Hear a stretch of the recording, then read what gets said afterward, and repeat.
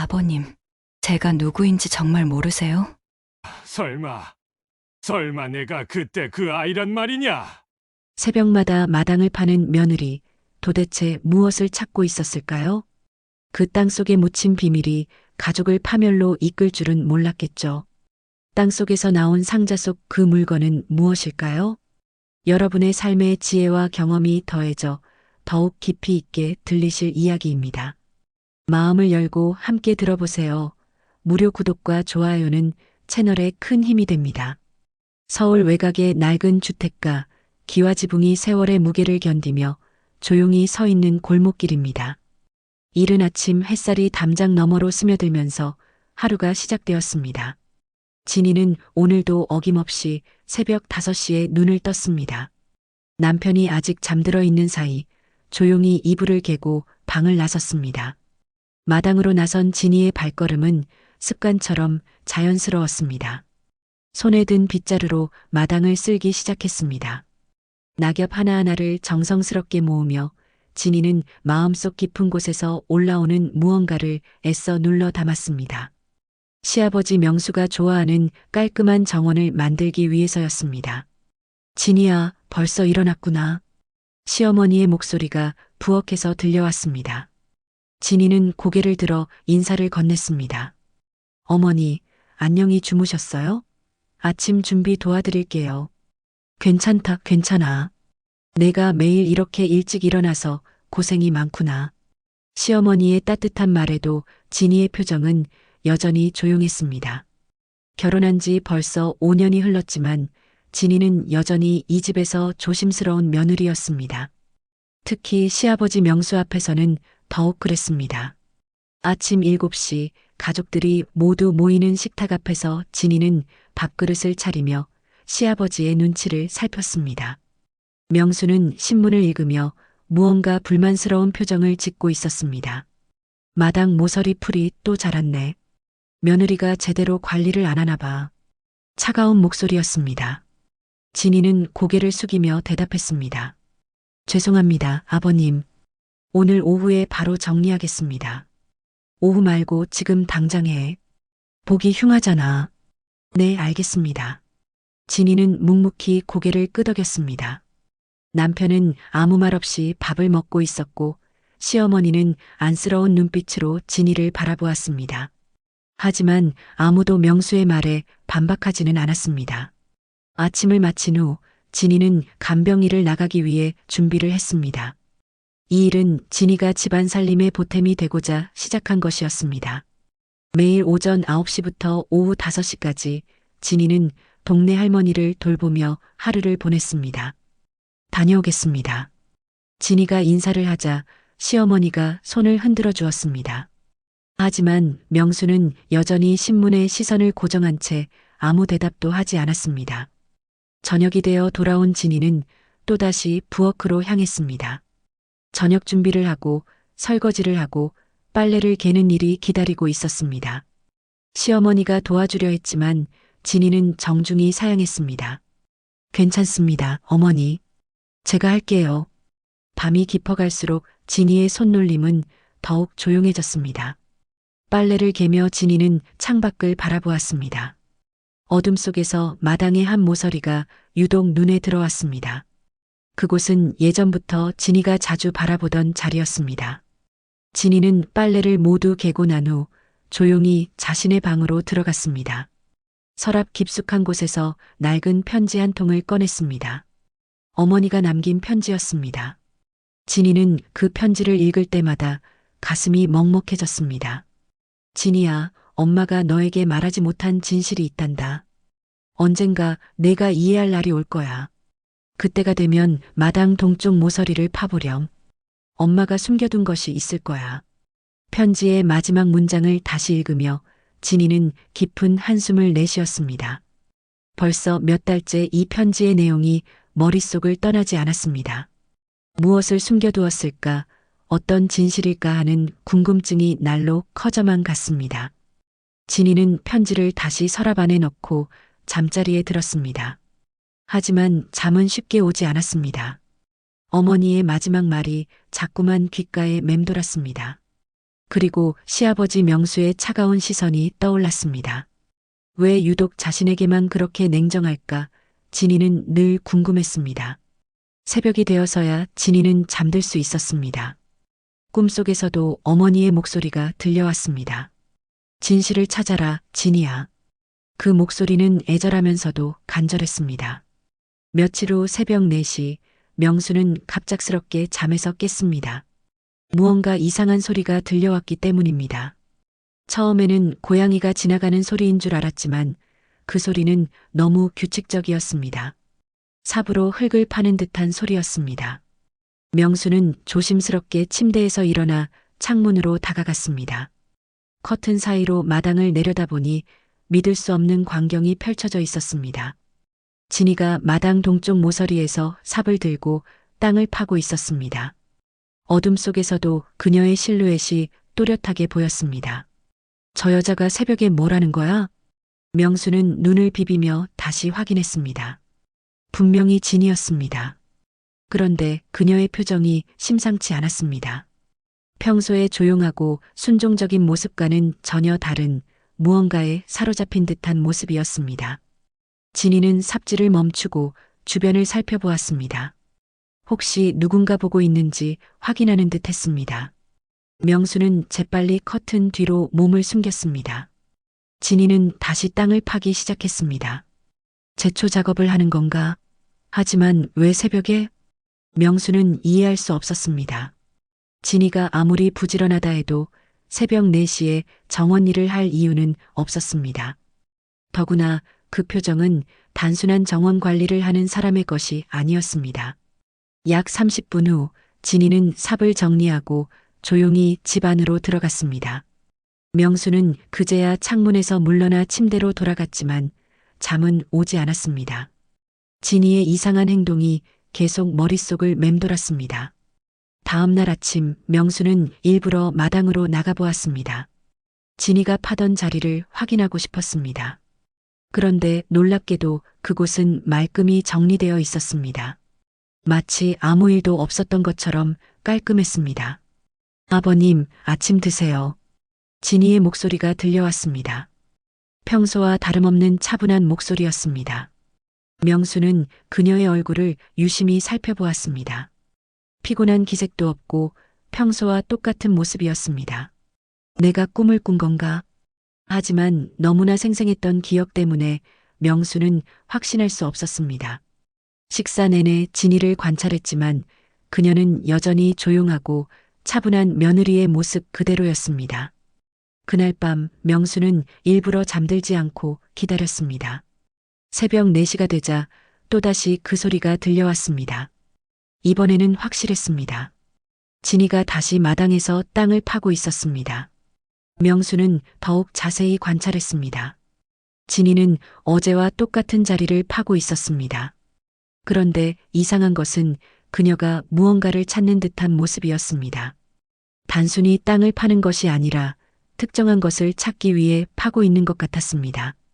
대체 뭘 찾는 거야? 명수의 마음속에 불안감이 스며들기 시작했습니다. 진이가 이 집에 온 지 벌써 5년이 흘렀지만 그녀에 대해 아는 것이 많지 않다는 생각이 들었습니다. 조용하고 말수가 적은 며느리라고만 생각했는데 이런 비밀스러운 행동을 할 줄은 몰랐습니다. 사흘째 되는 날 명수는 더 이상 참을 수 없었습니다. 진이의 행동이 계속 반복되고 있었고 그때마다 그녀의 표정은 점점 더 간절해지고 있었습니다.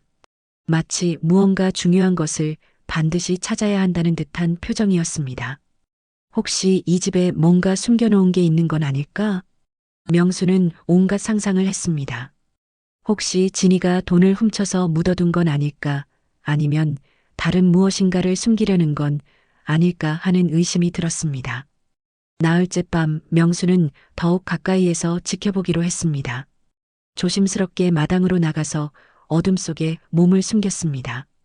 진이는 여전히 같은 자리를 파고 있었습니다. 그런데 이번에는 뭔가 다른 것이 보였습니다. 진이가 삽을 멈추고 무릎을 꿇었습니다. 그리고 두 손으로 흙을 헤치기 시작했습니다. 마치 무언가를 발견한 듯한 모습이었습니다. 명수는 숨을 죽이며 지켜보았습니다. 잠시 후 진이가 작은 상자 같은 것을 흙 속에서 꺼냈습니다. 나무로 만든 작은 상자였습니다. 진이는 그 상자를 가슴에 꼭 안고 흐느끼기 시작했습니다. 저게 뭐지? 왜 울고 있는 거야? 명수는 더욱 궁금해졌습니다. 진이가 찾던 것이 바로 그 상자였던 것 같았습니다. 하지만 그 상자가 무엇인지, 왜 그것 때문에 우는지 알 수 없었습니다. 진이는 상자를 들고 집 안으로 들어갔습니다. 명수는 한참을 그 자리에 서 있었습니다. 도대체 무슨 일이 벌어지고 있는 건지, 그 상자 안에는 무엇이 들어있는 건지 궁금해서 잠을 이룰 수 없었습니다. 다음 날 아침 명수는 진이가 땅을 파던 자리를 다시 확인해 보았습니다. 역시나 말끔히 정리되어 있었습니다. 하지만 이번에는 확실했습니다. 진이가 무언가를 찾았고 그것을 가져갔다는 것을 말입니다. 명수는 그날 하루 종일 진이의 행동을 유심히 관찰했습니다. 하지만 그녀는 여전히 평소와 다름없는 모습이었습니다. 마치 아무 일도 없었던 것처럼 일상을 보내고 있었습니다. 하지만 명수는 알고 있었습니다. 뭔가 중요한 일이 벌어지고 있다는 것을, 그리고 그것이 자신과 관련이 있을지도 모른다는 불길한 예감을 느끼고 있었습니다.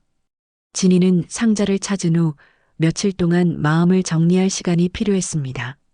그 작은 나무 상자는 진이의 방 서랍 깊숙한 곳에 조심스럽게 보관되어 있었습니다. 매일 밤 가족들이 모두 잠든 후에야 진이는 그 상자를 꺼내볼 용기를 낼 수 있었습니다. 오늘 밤도 마찬가지였습니다. 진이는 문을 살짝 열어 복도가 조용한지 확인한 후 서랍에서 상자를 꺼냈습니다. 상자의 표면은 세월의 흔적으로 낡아 있었지만 어머니의 정성스러운 손길이 느껴졌습니다. 떨리는 손으로 상자를 열자 오래된 종이 냄새가 코끝을 스쳤습니다.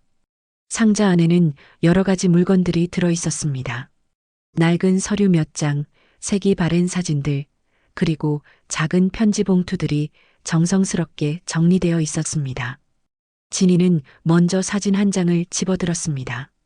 흑백 사진이었는데 젊은 남자와 여자, 그리고 어린 소녀가 함께 찍힌 가족 사진이었습니다. 여자는 분명히 어머니였습니다. 젊었을 때의 어머니 모습이 또렷하게 보였습니다. 그런데 남자의 얼굴을 보는 순간 진이는 깜짝 놀랐습니다. 그 남자는 다름 아닌 젊은 시절의 명수였습니다. 지금보다 30년은 젊어 보이는 모습이었지만 그 특유의 눈매와 코끝은 분명히 시아버지 명수였습니다. 이게 무슨 일이지? 진이는 사진을 다시 자세히 들여다보았습니다. 어머니와 명수, 그리고 어린 소녀.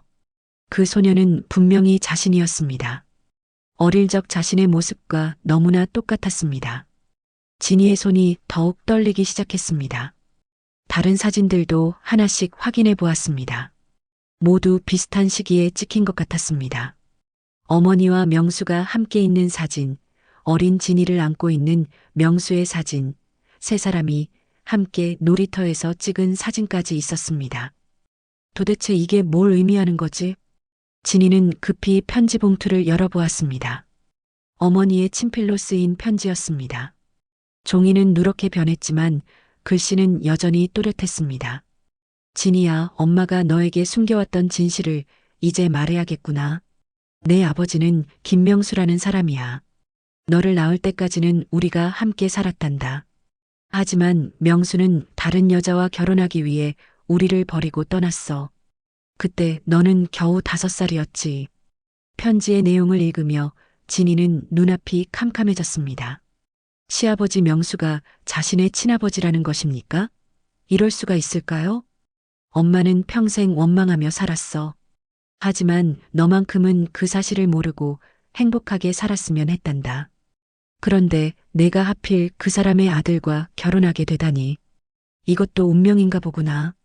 진이는 편지를 읽다가 멈춰 서야 했습니다. 숨이 막혀오는 것 같았습니다.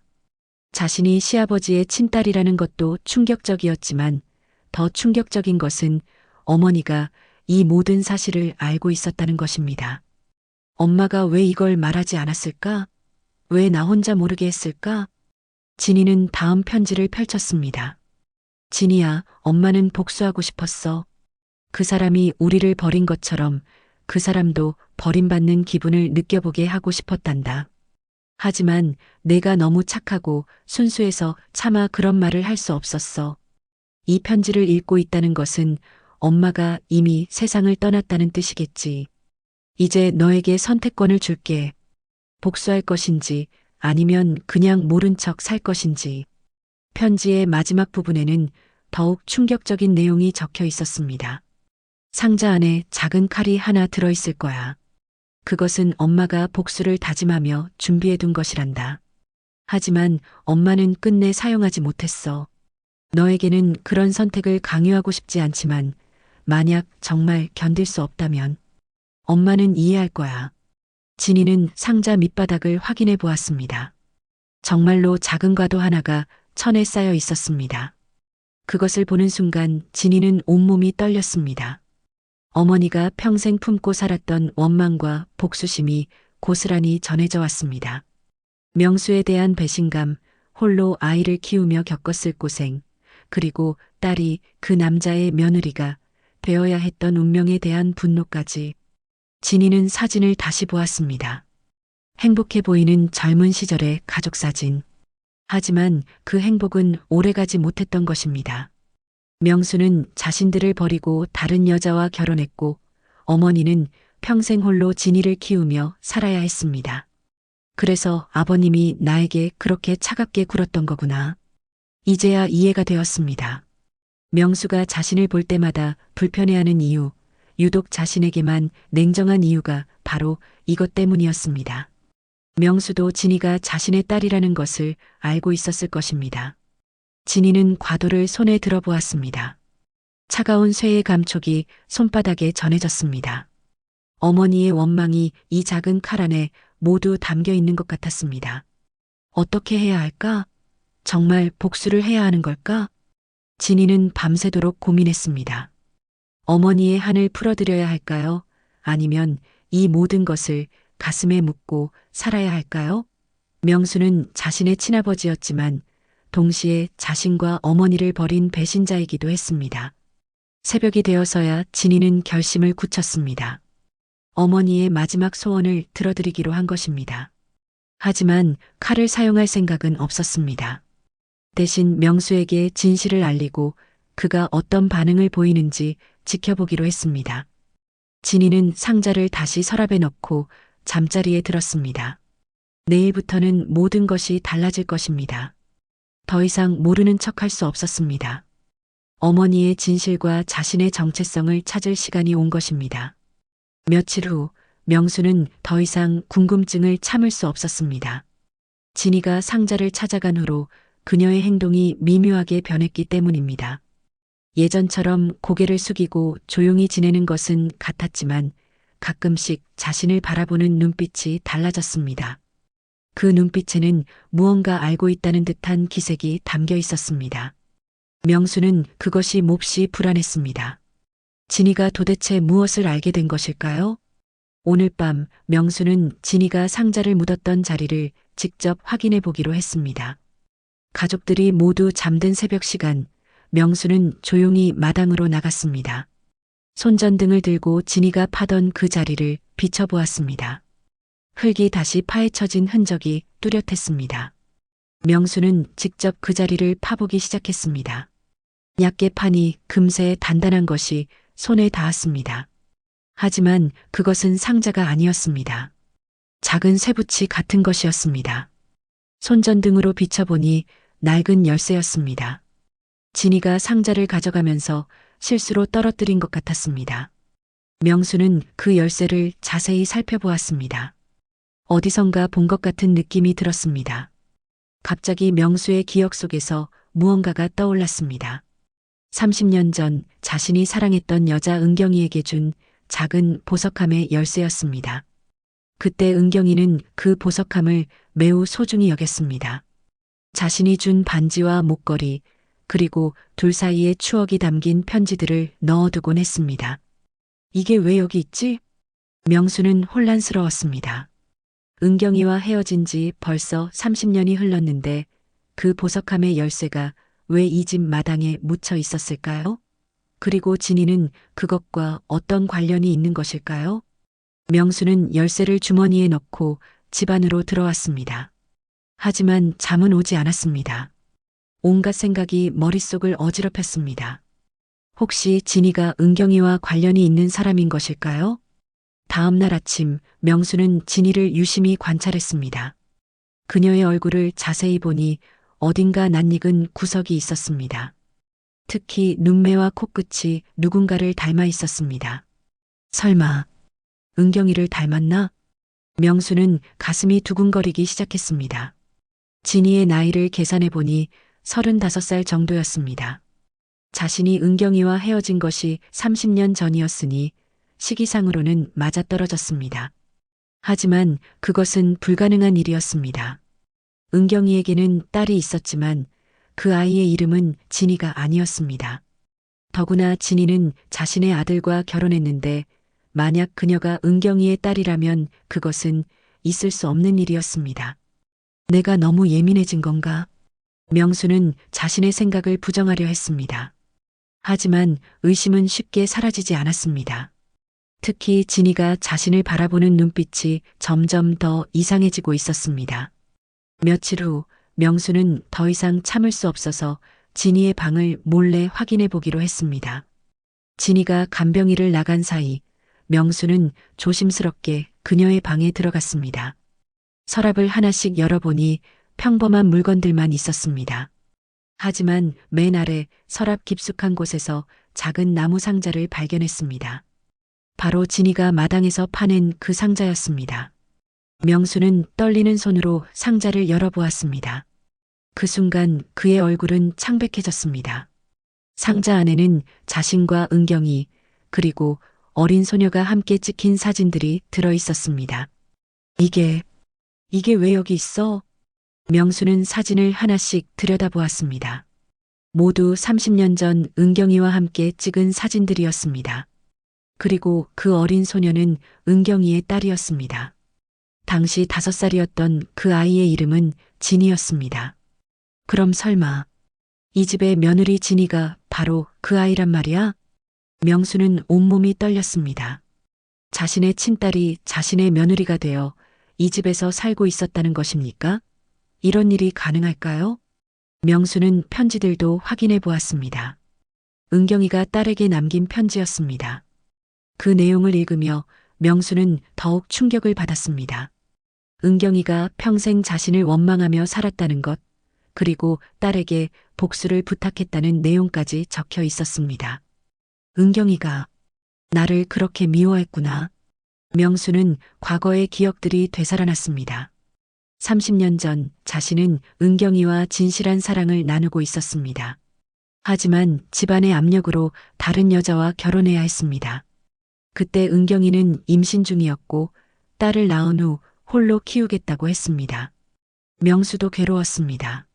사랑하는 여자와 딸을 떠나보내야 하는 것이 얼마나 힘들었는지 모릅니다.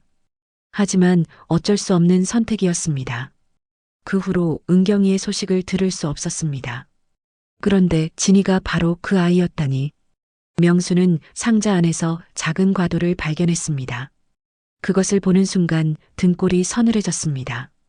은경이가 복수를 위해 준비해둔 것이라는 편지의 내용이 떠올랐습니다. 혹시 진이가 나를 죽이려고 하는 건 아니겠지?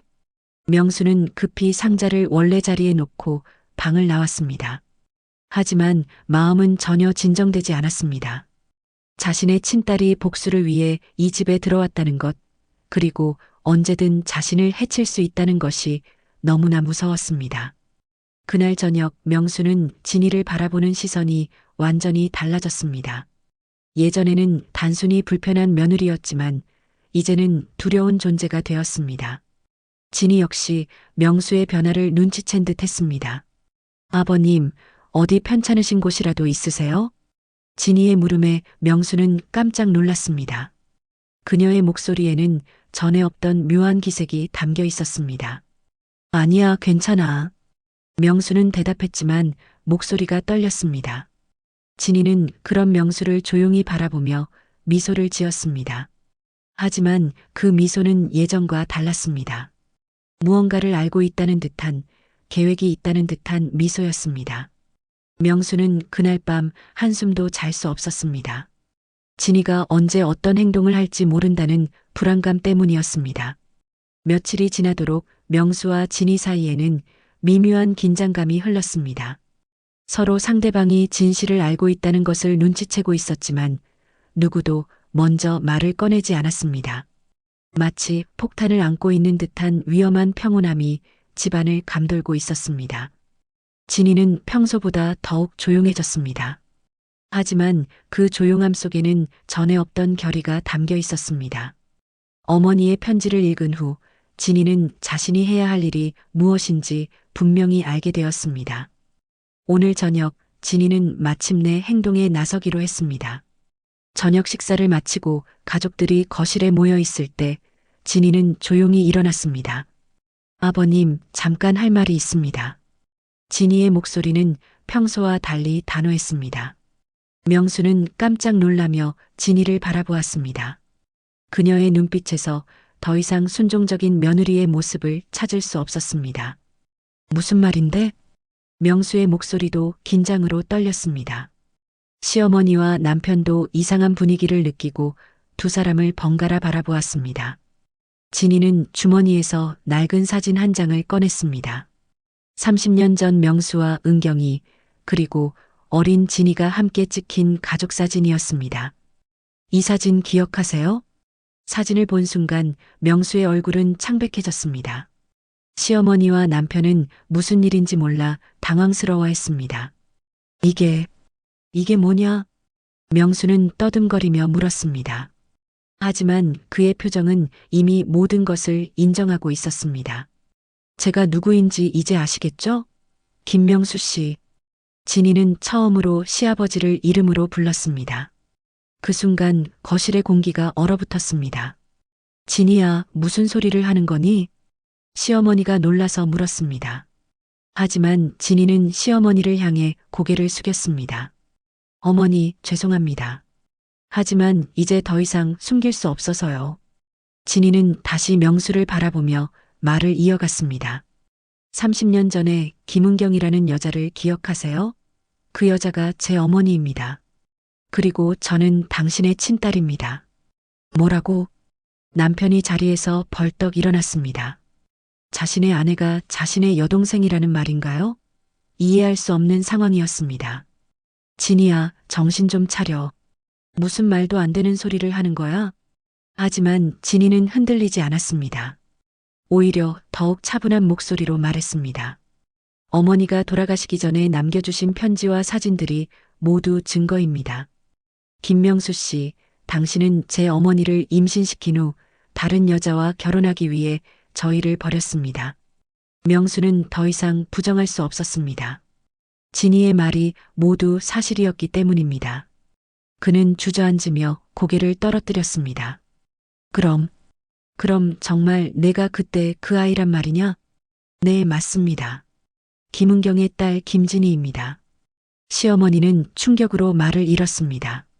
자신의 남편이 다른 여자와의 사이에서 낳은 딸을 며느리로 맞았다는 것입니까? 이런 일이 어떻게 가능한 것일까요? 그럼 너희는 남매잖아. 어떻게 결혼을 했단 말이야? 남편도 상황을 이해하지 못하고 있었습니다. 진이는 남편을 향해 미안한 표정을 지었습니다. 미안해요. 저도 몰랐어요. 어머니가 돌아가신 후에야 알게 된 사실이에요. 그럼 우리 결혼은 뭐가 되는 거야? 남편의 목소리에는 절망이 담겨 있었습니다. 사랑하는 아내가 자신의 여동생이었다니 받아들이기 힘든 현실이었습니다. 진이는 잠시 말을 멈추고 가족들의 표정을 살펴보았습니다. 모두가 충격에 빠져 있었습니다. 하지만 진이에게는 아직 해야 할 말이 남아 있었습니다. 그런데 더 중요한 것은 제가 왜 이 집에 들어오게 되었는가 하는 것입니다. 진이는 다시 명수를 바라보았습니다. 그의 눈에는 두려움이 가득했습니다. 어머니는 평생 당신을 원망하며 사셨습니다. 홀로 저를 키우면서 얼마나 힘드셨는지 모릅니다. 그래서 어머니는 저에게 복수를 부탁하셨습니다. 복수? 명수의 목소리가 떨렸습니다. 진이는 주머니에서 작은 과도를 꺼냈습니다. 그것을 본 가족들은 모두 놀라서 뒤로 물러났습니다. 어머니가 준비해 주신 것입니다. 당신이 저희를 버린 것처럼 당신도 버림받는 기분을 느껴보라고 하셨습니다. 진이는 칼을 들고 명수에게 천천히 다가갔습니다. 명수는 너무 무서워서 움직일 수도 없었습니다. 하지만 진이가 명수 앞에 멈춰 섰습니다. 저는 어머니처럼 살고 싶지 않습니다. 원망과 복수로 평생을 보내고 싶지 않아요. 진이는 칼을 바닥에 내려놓았습니다. 그리고 명수를 똑바로 바라보며 말했습니다. 하지만 당신을 아버지로 인정할 수도 없습니다. 당신은 저와 어머니에게는 그저 상처만 남긴 사람일 뿐입니다. 명수는 진이의 말을 들으며 눈물을 흘렸습니다. 30년 전 자신의 선택이 얼마나 큰 상처를 남겼는지 이제야 깨달았습니다. 진이야. 아니, 내가 정말 미안하다. 사과는 받지 않겠습니다.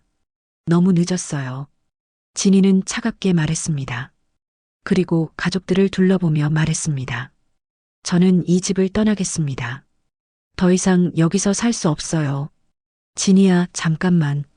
남편이 붙잡으려 했지만 진이는 고개를 저었습니다. 우리는 남매예요. 더 이상 부부로 살 수 없어요. 진이는 자신의 방으로 들어가 짐을 싸기 시작했습니다.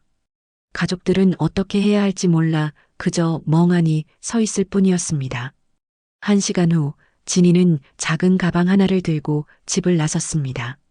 뒤돌아보지 않고 걸어가는 그녀의 뒷모습을 가족들은 말없이 바라보았습니다. 그날 밤 집안은 죽음과 같은 정적에 휩싸였습니다.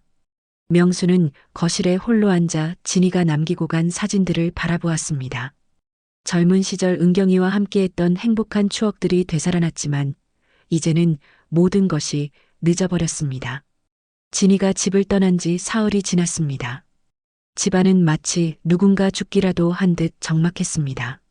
명수는 거의 말을 하지 않았고 시어머니는 한숨만 연신 내쉬었습니다. 진이의 남편은 출근도 하지 않고 방에만 틀어박혀 있었습니다. 시어머니는 더 이상 참을 수 없어서 진이의 방을 정리하기로 했습니다. 며느리가 남기고 간 물건들을 보면서 혹시 다시 돌아올 단서라도 찾을 수 있을까 하는 마음에서였습니다. 진이의 방은 평소처럼 깔끔하게 정리되어 있었습니다. 옷장에는 몇 벌의 옷만 남아 있었고 화장대 위에는 간단한 화장품들만 놓여 있었습니다. 시어머니는 하나하나 살펴보며 진이를 그리워했습니다. 서랍을 정리하던 중 시어머니는 맨 아래 서랍에서 두꺼운 수첩 하나를 발견했습니다. 겉표지가 낡아서 오래된 것임을 알 수 있었습니다. 처음에는 진이의 일기인 줄 알았지만 펼쳐보니 다른 사람의 글씨였습니다. 김은경의 일기라고 표지에 적혀 있었습니다. 진이 어머니의 일기장이었습니다. 시어머니는 잠시 망설였지만 진이를 이해하기 위해서라도 읽어봐야겠다고 생각했습니다. 첫 페이지를 펼치자 30년 전의 날짜가 적혀 있었습니다. 은경이가 명수와 헤어진 직후부터 시작된 일기였습니다. 1994년 3월 15일. 명수가 떠났다. 다른 여자와 결혼한다고 했다. 나는 그의 아이를 뱃속에 품고 있는데 그 사람은 나를 버리고 갔다. 어떻게 이럴 수 있을까? 사랑한다고 했던 그 말들이 모두 거짓이었단 말인가? 시어머니는 일기를 읽으며 가슴이 아팠습니다. 한 여자의 절절한 아픔이 글자 하나하나에 배어 있었습니다. 1994년 9월 3일. 진이를 낳았다. 명수의 얼굴을 그대로 닮았다. 이 아이를 볼 때마다 그 사람이 생각날 텐데 어떻게 키워야 할까? 하지만 이 아이만큼은 잘 키우고 싶다. 아버지 없이도 당당하게 살 수 있는 아이로 만들고 싶다. 일기는 진이의 성장 과정을 따라 계속되었습니다. 홀어머니로서 겪는 어려움, 경제적인 고충, 그리고 딸에 대한 사랑이 생생하게 기록되어 있었습니다. 1999년 12월 24일. 진이가 유치원에서 아빠가 없다고 놀림을 받고 울며 돌아왔다. 가슴이 너무 아프다. 명수 그 사람만 아니었다면 진이가 이런 상처를 받지 않았을 텐데. 언젠가는 그 사람도 이런 아픔을 느껴봤으면 좋겠다. 시어머니는 일기를 읽으며 눈물을 흘렸습니다. 은경이가 얼마나 힘든 시간을 보냈는지, 그리고 명수에 대한 원망이 얼마나 깊었는지 알 수 있었습니다. 일기의 중반부에는 진이가 성장하면서 겪는 일들이 자세히 기록되어 있었습니다. 공부를 열심히 하는 진이, 어머니를 위해 아르바이트를 하는 진이, 그리고 항상 착하고 순종적이었던 진이의 모습이 그려져 있었습니다. 2015년 3월 10일, 진이가 결혼한다고 했다. 상대방은 김정우라는 청년인데 성실하고 착해 보인다. 그런데 시아버지의 성이 김씨라고 한다. 설마 하는 마음에 물어보니 김명수라고 했다. 세상에 그 사람이 진이의 시아버지가 되다니. 이것도 운명인 걸까? 시어머니는 이 부분을 읽고 깜짝 놀랐습니다. 은경이가 이미 모든 것을 알고 있었다는 것입니까? 2015년 4월 20일, 진이에게 진실을 말해야 할까 고민된다. 하지만 행복한 결혼을 앞둔 딸에게 이런 충격적인 사실을 말할 수는 없다. 일단은 지켜보자. 명수가 진이를 어떻게 대하는지 보고 결정하겠다. 일기는 진이의 결혼 이후 더욱 복잡해졌습니다. 은경이는 딸이 시댁에서 어떤 대우를 받는지 걱정하면서도 한편으로는 명수가 고통받기를 바라는 복잡한 감정을 드러내고 있었습니다. 2018년 7월 5일, 진이가 시아버지가 자신에게만 유독 차갑다고 했다. 당연하다. 그 사람도 진이가 누구인지 알고 있을 테니까. 양심의 가책을 느끼고 있는 거겠지. 하지만 그것만으로는 부족하다. 그 사람은 더 큰 대가를 치러야 한다. 시어머니는 일기를 읽으며 소름이 돋았습니다. 은경이의 복수심이 얼마나 깊고 치밀했는지 알 수 있었습니다. 일기의 마지막 부분에는 은경이의 죽음을 앞둔 심정이 적혀 있었습니다.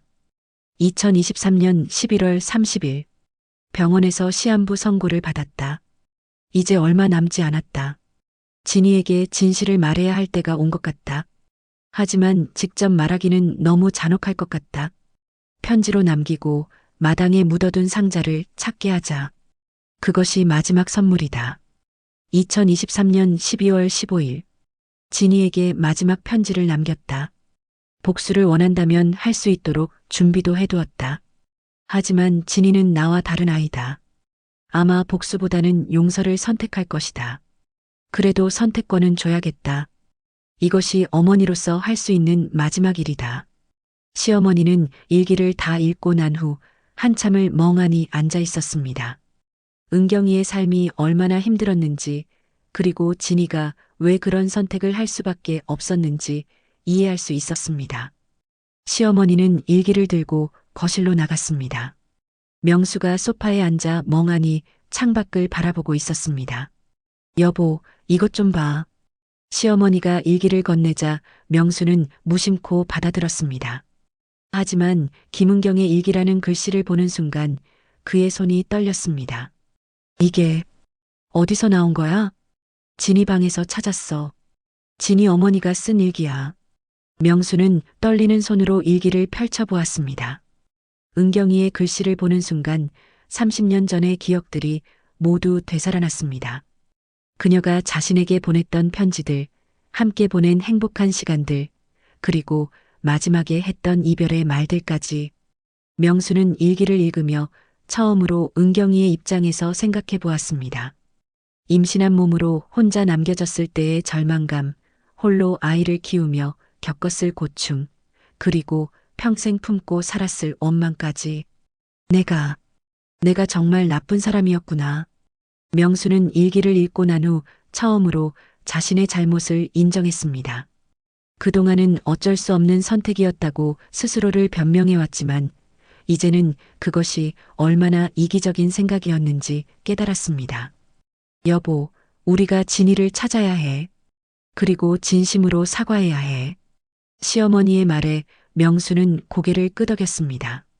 이제야 자신이 해야 할 일이 무엇인지 분명해졌습니다. 일주일이 지나도록 진이는 집에 돌아오지 않았습니다. 명수는 매일 동네를 돌아다니며 진이를 찾았지만 아무런 소식을 들을 수 없었습니다. 진이가 간병일을 하던 곳에도 가보았지만 그곳에서도 며칠 전부터 나오지 않는다고 했습니다. 명수는 밤잠을 이루지 못했습니다. 은경이의 일기를 읽은 후 자신이 저질렀던 일의 무게가 얼마나 컸는지 뼈저리게 느끼고 있었습니다. 진이에게 진심으로 사과하고 싶었지만 그녀를 찾을 수 없어서 답답했습니다. 어느 날 아침 명수가 마당에서 담배를 피우고 있을 때였습니다. 대문 앞에서 누군가의 발걸음 소리가 들려왔습니다. 혹시나 하는 마음에 나가보니 진이가 서 있었습니다. 하지만 진이의 모습은 예전과 많이 달랐습니다. 얼굴이 많이 야위었고 눈가에는 깊은 그늘이 져 있었습니다. 손에는 작은 꽃다발을 들고 있었습니다. 진이야. 명수가 부르자 진이는 고개를 들어 그를 바라보았습니다. 하지만 그녀의 눈빛은 여전히 차가웠습니다.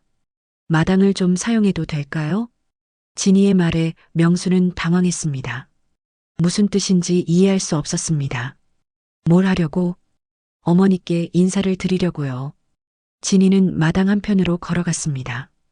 예전에 상자를 묻었던 그 자리였습니다. 진이는 그곳에 무릎을 꿇고 앉았습니다. 명수는 집안에서 가족들을 불렀습니다. 시어머니와 아들도 모두 나와서 진이를 바라보았습니다. 진이는 땅바닥에 꽃을 놓고 조용히 말하기 시작했습니다. 엄마, 저 왔어요. 그동안 많이 생각해봤어요. 진이의 목소리는 슬프면서도 차분했습니다.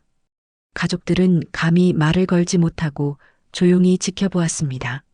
엄마가 원했던 복수는 하지 않기로 했어요. 저도 이제 아이를 가졌거든요. 이 말을 들은 순간 모든 사람들이 놀랐습니다. 진이가 임신했다는 것입니까? 엄마의 한을 이어받아 살기보다는 제 아이만큼은 사랑 속에서 키우고 싶어요. 원망과 복수로 얼룩진 삶이 아니라 용서와 화해 속에서 살고 싶어요. 진이는 꽃을 정성스럽게 정리하면서 계속 말했습니다. 하지만 엄마, 아직은 그 사람을 아버지라고 부를 수는 없어요. 너무 큰 상처를 받았거든요. 시간이 필요해요. 명수는 진이의 말을 들으며 눈물이 났습니다. 자신 때문에 진이가 얼마나 고통받았는지, 그리고 지금도 얼마나 힘들어하는지 알 수 있었습니다. 진이는 인사를 마치고 일어났습니다. 그리고 가족들을 바라보며 말했습니다. 저는 이제 이 동네를 떠날 거예요. 새로운 곳에서 아이와 함께 살 계획입니다. 진이야, 잠깐만. 명수가 다급히 말했습니다. 하지만 진이는 고개를 저었습니다. 더 이상 여기서는 살 수 없어요. 모든 게 너무 복잡해졌어요. 그때 명수는 더 이상 참을 수 없었습니다. 진이 앞에 무릎을 꿇고 앉았습니다. 진이야, 아버지가 잘못했다. 명수는 생전 처음으로 진이를 딸이라고 인정하며 사과했습니다. 30년 전에도 잘못했고 지금까지도 잘못했다. 너와 내 어머니에게 너무 큰 상처를 줬구나. 명수의 목소리는 떨렸습니다. 진이는 그런 명수를 내려다보며 복잡한 표정을 지었습니다. 아버지가 젊었을 때 어쩔 수 없는 상황이었다는 것도 안다. 하지만 그 후에 너희를 찾지 않은 것, 너를 이 집에서 차갑게 대한 것은 변명할 수 없는 잘못이었다. 명수는 진심으로 자신의 잘못을 인정했습니다. 시어머니와 아들도 그런 명수를 보며 눈물을 흘렸습니다. 진이야, 아버지를 용서해다오. 이제라도 제대로 된 아버지가 되고 싶다. 진이는 한참을 명수를 바라보았습니다. 그녀의 눈에도 눈물이 고였습니다. 시간이 필요해요. 지금 당장은 아버지라고 부를 수 없어요. 하지만 언젠가는 그럴 수 있을지도 모르겠어요. 진이의 말에 명수는 고개를 끄덕였습니다. 당장 용서받기를 바라는 것이 욕심이라는 것을 알고 있었습니다. 그리고 저는 정말 이곳을 떠날 거예요. 아이를 위해서라도 새로운 환경이 필요해요. 어디로 갈 건데? 시어머니가 걱정스럽게 물었습니다. 부산에 있는 친구 집에 잠시 머물다가 작은 집을 구할 생각이에요. 간병일을 계속하면서 아이를 키울 거예요. 진이의 계획을 들은 명수는 주머니에서 봉투 하나를 꺼냈습니다. 이것만은 받아라. 아이를 키우는데 도움이 될 거다. 봉투 안에는 상당한 금액의 돈이 들어 있었습니다. 진이는 처음에는 거절하려 했지만 명수의 간곡한 부탁에 결국 받았습니다. 고맙습니다. 아이를 위해서 잘 쓰겠습니다. 진이는 남편에게도 인사를 했습니다. 미안해요. 이런 일이 벌어질 줄 몰랐어요. 당신은 아무 잘못이 없는데. 남편은 고개를 저었습니다. 나도 이해해. 내가 어떤 기분인지 알 것 같아. 새로운 곳에서 행복하게 살아. 마지막으로 시어머니에게도 인사를 했습니다. 어머니, 그동안 감사했습니다. 어머니는 정말 좋은 분이셨어요. 진이야, 가끔씩 소식이라도 전해다오. 우리도 내가 걱정된다. 진이는 고개를 끄덕이고 집을 나섰습니다. 이번에는 정말 마지막 작별이었습니다. 명수는 진이가 사라질 때까지 대문 앞에 서서 바라보았습니다. 딸을 떠나보내는 아버지의 마음이 이런 것인지 처음 알았습니다. 그날 밤 명수는 마당에 나가 진이가 꽃을 놓았던 자리에 앉았습니다. 은경이와 진이에게 진심으로 사과하는 마음으로 밤늦도록 그 자리를 지켰습니다. 이제 명수에게 남은 것은 속죄의 시간뿐이었습니다. 비록 늦었지만 진정한 아버지가 되기 위한 노력을 시작해야 했습니다. 2년이 흘렀습니다. 부산의 작은 원룸에서 진이는 홀로 아이를 키우며 살고 있었습니다. 생후 6개월 된 딸 소율이는 진이를 닮아 맑고 예쁜 아이로 자라고 있었습니다. 진이는 낮에는 간병일을 하고 저녁에는 아이를 돌보며 하루하루를 보냈습니다. 힘든 생활이었지만 진이는 만족했습니다. 복잡한 과거에서 벗어나 오롯이 자신과 아이만을 위한 삶을 살 수 있어서 마음이 편했습니다. 가끔 서울에서 온 편지나 안부 전화가 있었지만 진이는 담담하게 받아들였습니다. 어느 토요일 오후 진이가 아이와 함께 근처 공원에서 산책을 하고 있을 때였습니다. 벤치에 앉아 소율이에게 젖을 먹이고 있는데 누군가 조심스럽게 다가오는 기척이 느껴졌습니다. 고개를 들어보니 명수가 서 있었습니다. 2년 전보다 훨씬 늙어 보였고 머리카락도 많이 휘어져 있었습니다. 손에는 작은 선물 상자를 들고 있었습니다. 진이야. 명수의 목소리는 조심스러웠습니다. 진이는 놀라긴 했지만 크게 동요하지 않았습니다. 어떻게 여기를? 시어머니를 통해서 주소를 알게 되었다. 가끔 안부 편지를 보내셨더구나. 명수는 진이 옆 벤치에 조심스럽게 앉았습니다. 그리고 진이 품에 있는 소율이를 바라보았습니다. 이 아이가 소율이에요. 진이 할머니의 이름에서 한 글자를 따서 지었어요. 명수는 자신의 손녀를 보며 복잡한 감정이 들었습니다. 아이는 진이를 많이 닮았지만 어딘가 어린 시절 자신의 모습도 보였습니다. 예쁘구나. 건강하게 잘 자랐네. 명수는 조심스럽게 말했습니다. 진이는 아이를 더 꼭 안으며 명수를 바라보았습니다. 왜 여기까지 오셨어요? 너를 보고 싶었다. 그리고 이것을 전해주고 싶어서. 명수는 선물 상자를 진이에게 건넸습니다. 진이는 망설이다가 상자를 받았습니다. 열어보니 작은 금반지가 들어 있었습니다. 이건 내 어머니가 젊었을 때 끼던 반지다. 내가 선물한 것인데 헤어질 때 돌려받지 못했었다. 최근에 유품을 정리하다가 발견했어. 진이는 반지를 손에 들고 자세히 살펴보았습니다. 어머니가 생전에 가끔 꺼내보곤 했던 그 반지였습니다. 어머니가 이걸 간직하고 계셨군요. 그래, 끝까지 버리지 못했던 모양이다. 이제 내가 가져야 할 것 같아서. 명수의 목소리에는 깊은 후회가 담겨 있었습니다. 진이는 반지를 끼워 보았습니다. 어머니의 손과 비슷한 크기여서 잘 맞았습니다. 그동안 어떻게 지내셨어요? 진이가 물었습니다. 명수는 잠시 망설이다가 대답했습니다. 많이 반성하며 살았다.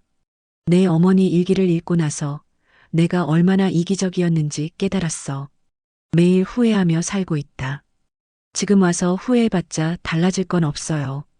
진이의 말은 여전히 차가웠습니다. 하지만 예전만큼 날카롭지는 않았습니다. 알고 있다. 하지만 그래도 말하고 싶었어. 내가 용서해주길 바라는 건 아니야. 다만 내 마음만은 전하고 싶었다. 명수는 진이 곁에 앉아 손녀를 바라보며 말했습니다. 이 아이가 건강하게 자라길 바란다. 그리고 내가 행복하길 바란다. 그게 내가 할 수 있는 유일한 일인 것 같다. 진이는 아이를 바라보며 생각에 잠겼습니다. 소율이가 할아버지에 대해 물어볼 날이 올 텐데 그때 어떻게 설명해야 할까 하는 고민이 있었습니다. 이 아이에게는 할아버지가 있다고 말할 거예요. 비록 복잡한 사연이 있지만 그래도 혈육이니까요. 명수는 진이의 말에 눈물이 났습니다. 고맙다, 진이야. 하지만 아직은 아버지라고 부를 수 없어요. 시간이 더 필요해요. 당연하다. 나는 기다릴 거다. 언제까지라도. 두 사람은 한동안 말없이 앉아 있었습니다. 아이는 할아버지를 신기하게 바라보며 방긋 웃었습니다. 그 모습을 본 명수는 마음이 따뜻해졌습니다. 가끔씩 소식을 전해줄 수 있을까? 이 아이가 어떻게 자라는지 알고 싶다. 편지로 보내드릴게요. 가끔씩. 진이의 대답에 명수는 만족했습니다. 그것만으로도 충분했습니다. 명수는 일어나며 말했습니다. 나는 이제 돌아가겠다. 너무 오래 있으면 부담스러울 것 같아서. 네, 조심히 가세요. 명수가 몇 걸음 걸어가다가 돌아섰습니다. 진이야, 정말 미안하다. 그리고 고맙다. 진이는 고개를 끄덕였습니다. 명수는 손을 한번 흔들고 걸어갔습니다. 진이는 명수가 사라질 때까지 바라보았습니다.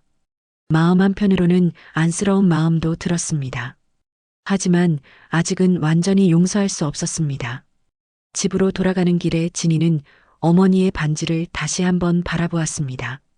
어머니도 이 반지를 보며 옛 추억을 그리워했을 것입니다. 사랑했지만 상처도 많이 받았던 사람에 대한 복잡한 감정을 품고 살았을 것입니다. 엄마, 저는 엄마보다는 조금 더 관대하게 살고 싶어요. 이 아이를 위해서라도. 진이는 마음속으로 어머니에게 말했습니다. 그날 밤 진이는 편지를 한 통 썼습니다. 소율이의 근황과 함께 오늘 있었던 일을 간단히 적었습니다. 그리고 편지 끝에 이렇게 썼습니다. 언젠가는 할아버지라고 부를 수 있는 날이 오길 바랍니다. 하지만 그때까지는 기다려주세요. 서울의 집에 편지가 도착했을 때 명수는 그것을 읽으며 조용히 눈물을 흘렸습니다. 늦었지만 조금씩 관계가 회복되고 있다는 희망을 느꼈습니다. 마당에는 진이가 심어둔 꽃이 다시 피어나고 있었습니다. 상처받은 마음도 시간이 지나면 이 꽃처럼 다시 피어날 수 있을 것입니다. 진정한 용서와 화해는 아직 멀었지만 작은 희망의 바람은 불어오고 있었습니다. 명수는 매일 그 꽃을 바라보며 속죄의 마음을 다졌습니다. 언젠가 진이가 진심으로 자신을 아버지라고 부를 날을 기다리며 오늘도 조용한 참회의 시간을 보내고 있습니다.